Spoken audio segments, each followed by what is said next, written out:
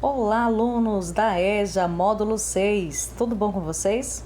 Aqui é a professora Daniela Gava e o tema da aula de hoje será retas paralelas, perpendiculares e ângulos notáveis. Vamos conferir? Retas. Na matemática, as retas são linhas infinitas formadas por pontos. Elas são representadas por letras minúsculas e devem ser desenhadas com setas para os dois lados, indicando que não possuem fim. Já os pontos da reta são indicados por letras maiúsculas.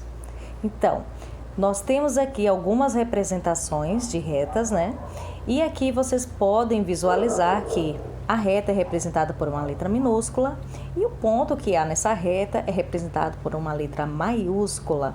E outro detalhe, existe sim aqui representado a posição da reta. Tem horizontal, vertical, diagonal ou inclinada.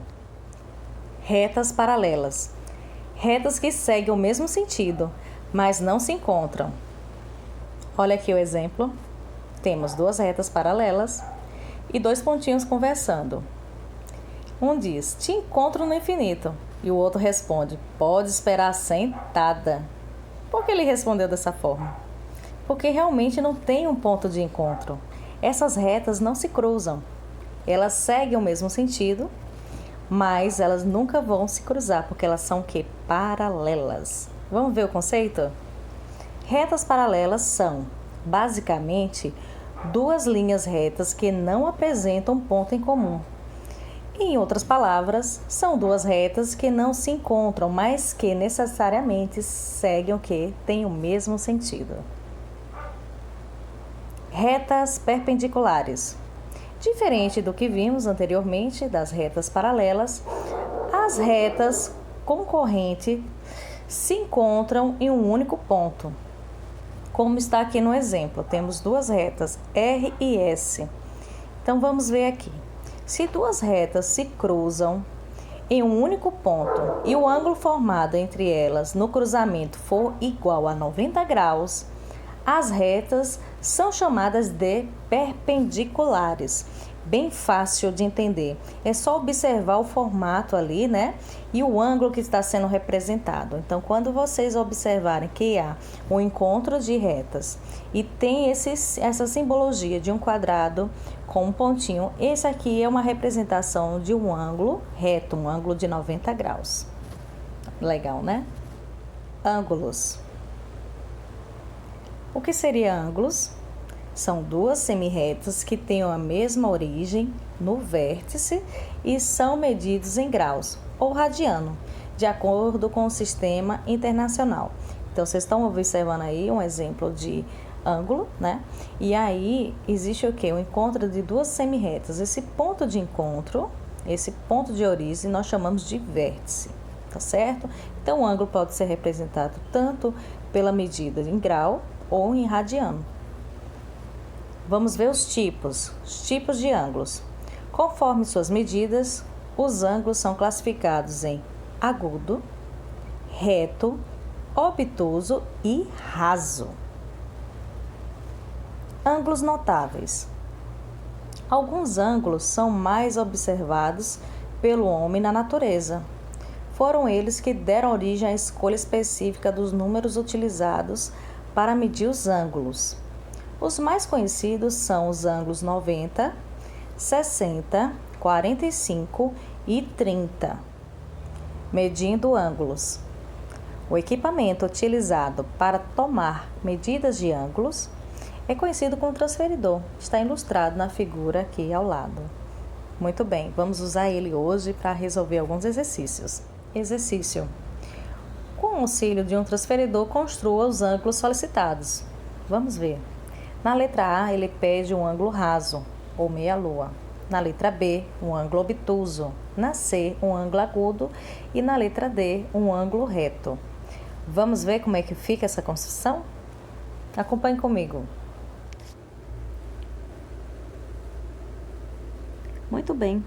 Vamos lá construir o ângulo raso e o ângulo meia-volta? Por que tem esse nome, será, hein? Vamos descobrir agora. Para construir, basta fazer uma reta e fazer a representação do ângulo. Pronto, olha ele aí. Raso, porque tem essa formação, esse formato. Meia volta, porque ele tem o quê? Apenas essa volta como se fosse uma meia lua. E qual é o valor dele? 180 graus. Muito bem, se a gente fosse utilizar o transferidor, já daria para ter essa dedução aqui direito. Olha só que legal. Olha ele aí, tá vendo? Ângulo de 180 graus. Então, na letra A, nós já formamos o ângulo raso ou meia volta. Letra B. Na letra B, ele pede um ângulo obtuso. Então, o que seria um ângulo obtuso? É um ângulo que ele tem um valor maior que 90 graus. Então, eu tenho aqui meu transferidor, né? 90 graus está localizado nesse ponto, tá certo? E está localizado nesse ponto aqui. Muito bem. Então, qualquer ângulo maior que 90 graus, ele será obtuso. Então, vou fazer aqui, ó. Vou fazer essa marcação, tá? No ponto central, ponto de origem. E demarco. Aqui também, ó, na parte inferior, você faz a marcação. Pronto, conseguimos construir um ângulo obtuso. E qual é o valor dele? 120 graus, não é isso? Então, muito bem, esse ângulo aqui, ele vale 120 graus. É o obtuso. Então, a gente vai colocar aqui, na letra B, 120 graus. Olha ele aqui representado. Vamos para a letra C. Na letra C, ele pede um ângulo agudo. O ângulo agudo, gente, é o ângulo que tem o valor menor que 90 graus. Então, eu sei que 90 graus está posicionado nesse ponto. Então, qualquer ângulo menor que 90, eu posso considerá-lo como um ângulo agudo.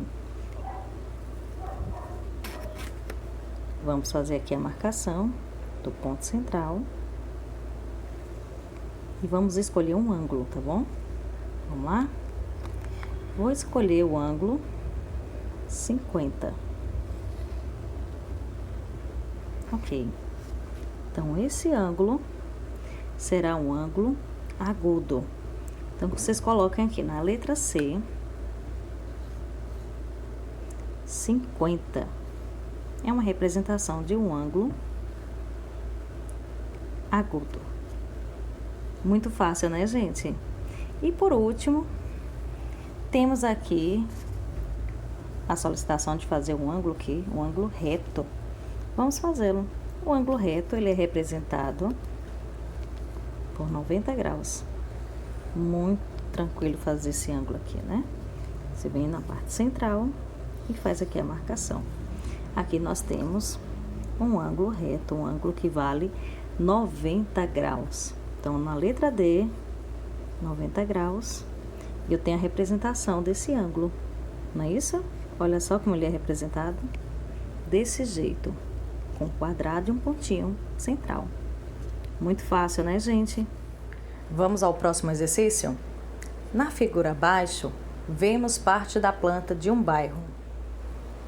As ruas azul, branca e amarela são concorrentes, oblíquas, paralelas ou perpendiculares. Analise a figura. Visualize a rua azul com a rua branca. O que elas têm em comum? A branca com a amarela. O que será que tem de característica aí? Então, vocês podem observar que a rua azul, branca e amarela, elas não têm um ponto de encontro. Então, elas não se encontram. Elas podem seguir o mesmo sentido, porém, elas nunca vão se encontrar, não tem um ponto de encontro. Isso é característica de quê? De paralelas. Então, quem respondeu que as ruas azul, branca e amarela são paralelas, acertou. E por hoje é só, pessoal. Espero que tenham gostado. Fiquem com Deus. Beijos e até a próxima.